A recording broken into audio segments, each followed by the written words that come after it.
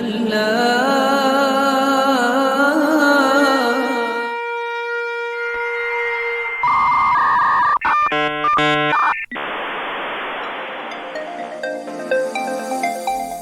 to our podcast, where we talk about the interesting, frustrating, and inspiring experiences we have as people with strongly held religious views working in corporate IT. We're not here to preach or teach you our religion. We're here to explore ways we make our career as IT professionals mesh, or at least not conflict, with our religious life. This is Technically Religious. Did you ever wonder why IT diagrams always use a cloud to show an element where stuff goes in and comes out, but we're not 100% sure what happens inside? That was originally called a TAMO Cloud, which stood for Then a Miracle Occurred. It indicated an area of tech that was inscrutable, but nevertheless something we saw as reliable and consistent in its output. For IT pros who hold a strong religious, ethical, or moral point of view, our journey has had its own sort of TAMO Cloud, where grounded technology and lofty philosophical ideals blend in ways that can be anything from challenging to uplifting to humbling. In this series, we sit down with members of the IT community to explore their journeys, both technical and theological, and see what lessons we can glean from where they've been, where they are today, and where they see themselves in the future. My name is Leon Adato, and the other voice you're going to hear on this episode is Jez Marsh. Hello there. Hi there. Thank you so much for joining me today. Not a problem. Before we dive into the actual conversation, here on Technically Religious, we like to do a little bit of shameless self-promotion. So Jez, tell us a little bit about yourself. All right. Well, I'm the founder and principal consultant for Silverback Systems, which is a UK-based enterprise monitoring professional service consultancy service, but specializing in the SolarWinds mindset. Yay! Yeah, well, you know. And that's basically how we got here, but we'll talk about that later. My website is silverback.systems, either with an S or not, it'll work. Oh, sorry, HTTPS or HTTP, either one will work.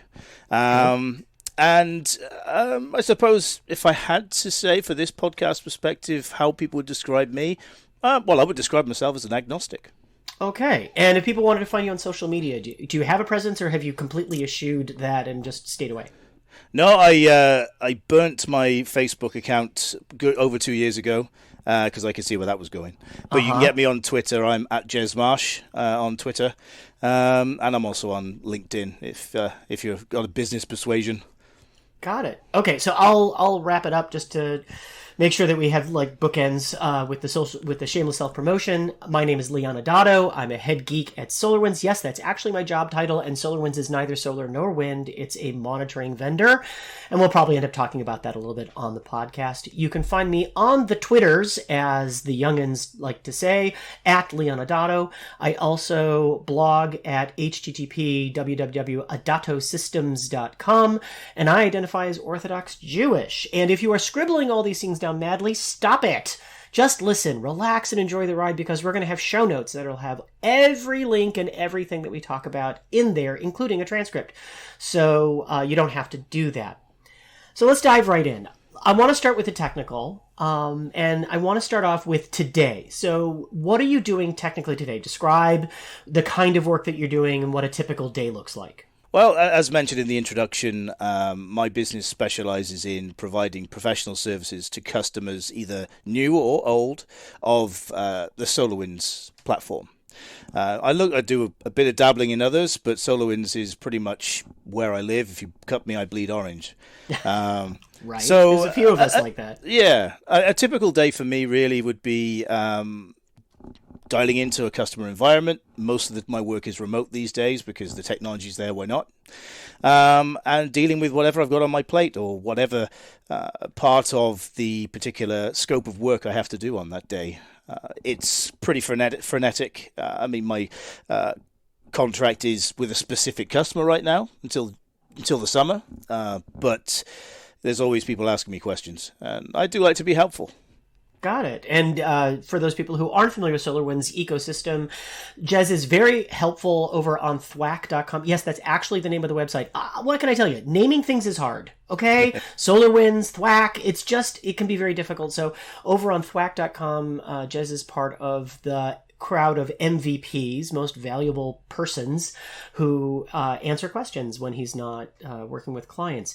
And I presume that you were born, again, bleeding orange, that you came out of your mother's womb already knowing all things about SolarWinds back in... No, that's probably not how it works. So where did you start off in tech? How did you get into it? I guess a lot of it started when I was very young, probably around about 10 or 11. My father brought me a ZX Spectrum 48K with the rubber keyboard back in the day. And I learned very much at the beginning, literally by going through the Input magazine. I don't know if you're familiar with that, but it would, over months and months and months, it would give you all of the code to type in to get this program running. And back then, there was no colorization. There was no underlining of the code to say if you made a mistake. So, yes, I did spend weeks typing things in only to find I had a typo somewhere and then having to try and find out where it is. It was a nightmare, but that's where it all started. So, a hobbyist, I suppose you could say. Okay, wait. At 10 years old, it's not like you were professional at 10. So we were all hobbyists with everything at 10. But okay, fine. You were not thinking of doing this professionally when you first started. Okay. Like most people, I didn't really know what I was going to do.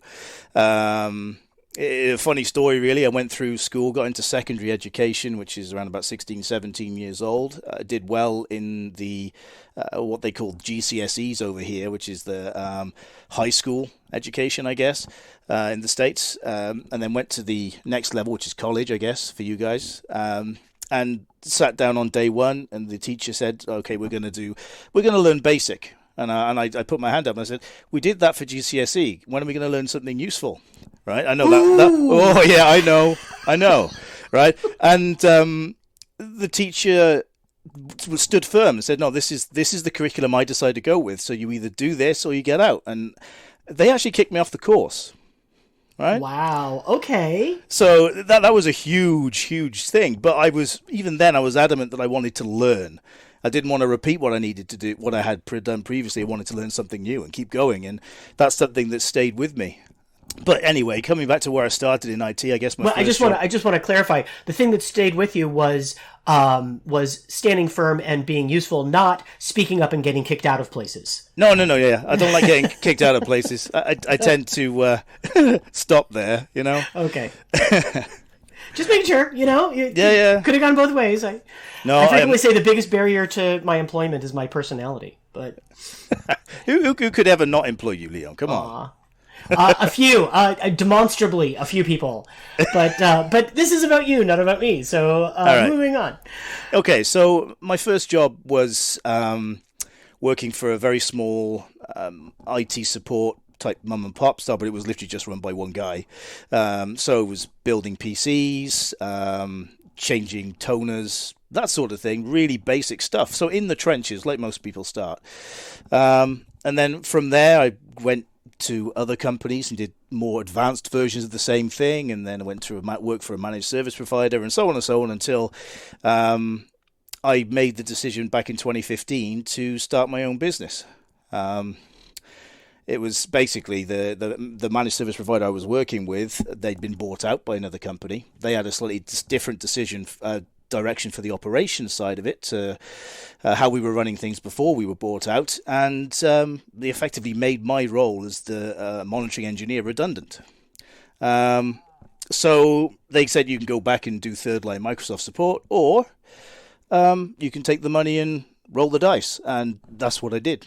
And it was a good decision because it's worked out for me, and it was obviously the right decision, but it was brave, man. I was really, really not sure what was going to happen. I know that a lot of the folks who listen either are running their own business or are thinking of it. And in IT, I think that's a pretty common thought is, why am I working for this other person when I could go out and hang out my own shingle? And yet the intestinal fortitude that it requires to actually take that leap is pretty challenging. So full props for doing that. And like you said, it's worked out for you so far. Yeah, so far, touch wood. Exactly. So that's how you got from there to here, is really just that steady IT tech progression. I want to turn things around now and talk about religiously. At the top of the show, you mentioned that you were agnostic, and I'm going to guess that you weren't born into an agnostic family, that you probably started someplace else. So, first I want to hear, what does your, religious ethical point of view look like today?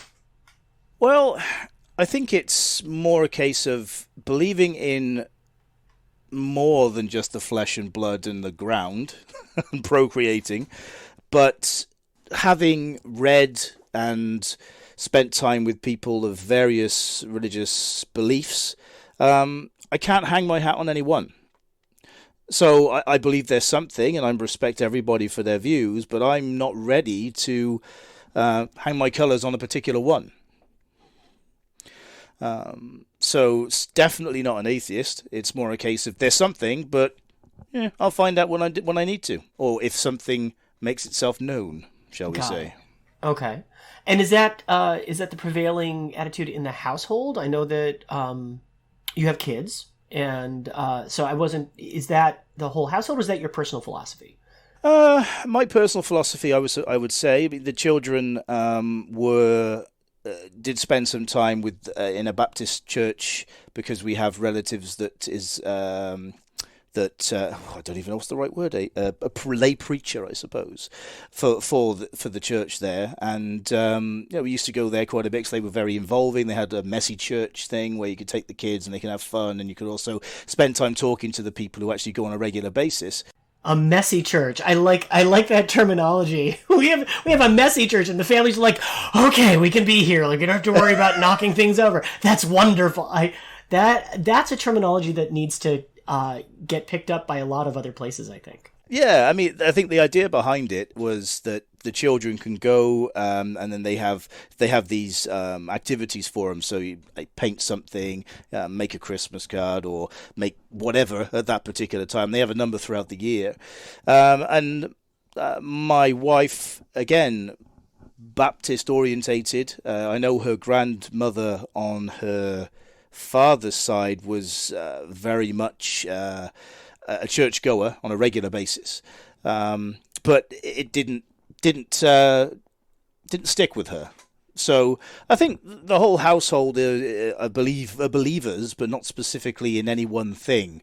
And I'm being very open-minded for my children's sake. They can do whatever they want. I'm not going to make them follow me into one thing or the other. But that's not why I'm an agnostic. It's more a case of they make their own mind up. It's their own journey. Okay. Oh, so going back to something I said earlier, you probably were not born into an agnostic house. So how were you raised? What was the house when you were growing up? Okay. My father's family are not religious, really. They are arm's length Church of England, I would say. So Protestants rather than Catholics. And my mother, may she rest in peace. She's no longer with us. But she had a difficult upbringing. She did spend some time living in a nunnery, but that was mainly because her parents walked out on her when she was very small. So she had a Bible, she had a prayer book. I've still actually got that somewhere that I made sure I had when she passed on, because I can always remember her leafing through it, 'cause it's got lots of paper newspaper clippings and stuff in it. And but she always went to midnight mass in the local Protestant churches, and I would sometimes go with her to support her, but my father never did. So I suppose the growing up, the family weren't really practicing any particular religion, but they were, I suppose, if you had to say, they were Christian. Okay. And then the question, similar to the technical conversation we had earlier, so how exactly was your progression in your journey from, there in that, generally Christian identifying family into where you are today? Were there any specific moments or milestones that you said, okay, this is what I am now? Well, I suppose I've always had a bit of a liberal bent myself, and some of the decisions of the Catholic Church, or sorry, the Protestant Church, where no at the time anyway when I was growing up, no female no female priests and so on and so forth, and their ideas of like LGBT is wrong, all that sort of stuff. So back then I thought, well, at the end of the day, if there is one God, and he supports everybody, no matter what color you are, what creed, no matter what, then why are you kind of saying no to that? That doesn't make any sense. So I think it started there when I realized that there are some people who were effectively excluded. And from there, I just thought, well, there's definitely something, but I'm not happy with that label, so I'm just going to bump along on my own. Okay. No, fair enough. Okay, good. So given that fairly, I'm going to say wide open worldview of religion, and your long-time career in tech, I'm curious if there were ever any points where the two came into conflict, where you found that the technical work that you were doing and your particular ethical, moral point of view were somehow, creating a challenge for you. When I was working with the MSP, or managed service provider, for those who aren't a technical bent listening to this, there were a number of customers that we were supporting who were aggressive investment bankers, to the point where they would, and there's nothing wrong with that per se, but it was more a case of the way in which their businesses bought other businesses, pared them down to the nth degree, and then sold them at a profit. And I didn't like supporting that sort of behavior, because there are people who are going to suffer. And I found out a few years down the line that that's actually exactly what happens. But yeah, but ultimately, my job is to support the customer, and whether I don't agree with it morally, I couldn't afford not to support them, because that was my job. My team had that customer, and we had to support them. So on the flip side of that, were there ever any moments where, your moral ethical point of view created a benefit or a positive that you weren't expecting, but sort of, came up and you realized with some surprise that, hey, wow, this really worked out well? Well, I suppose putting myself out before the children were born, we had a number of people who, on the 24-hour rotation that we had at the MSP, weren't able to work for whatever reason. And, I stepped up and covered the shifts for them, and it meant that those people could have their time with their family because they needed it, because there was one occasion where somebody's parents weren't very well, and other occasions where the children weren't well. And whilst I knew that effectively I was missing out time with my family, I wasn't married at the time, it was my parents and my sister, I felt it was important that I could give something to them and help them in a time of need. So ultimately, it's more a case of being flexible, and I suppose being agnostic means you can afford to be flexible, because... Right, you don't have quite as much of a dog in the race when it comes to, specific holidays and things like that. Yeah, obviously now I have children, it's a little bit different, but I still have respect. Like, for example, my eldest daughter has a friend who is from an Indian family, and they celebrate Diwali and all the rest of it, and they include her in that, and I'm completely happy with that, whereas potentially I may not have been if I had actually hung my colours somewhere else. All right, so any final thoughts? Anything you want people to think about or ponder as we finish up this episode? I suppose in this time of potential problems in the Middle East, ultimately everybody deserves to have a life. And don't look down on those simply because they don't have the same outlook or religion as yourself.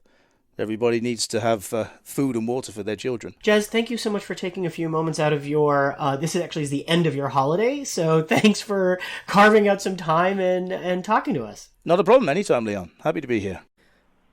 Thanks for making time for us this week. To hear more of Technically Religious, visit our website, technicallyreligious.com, where you can find our other episodes, leave us ideas for future discussions, and connect us on social media.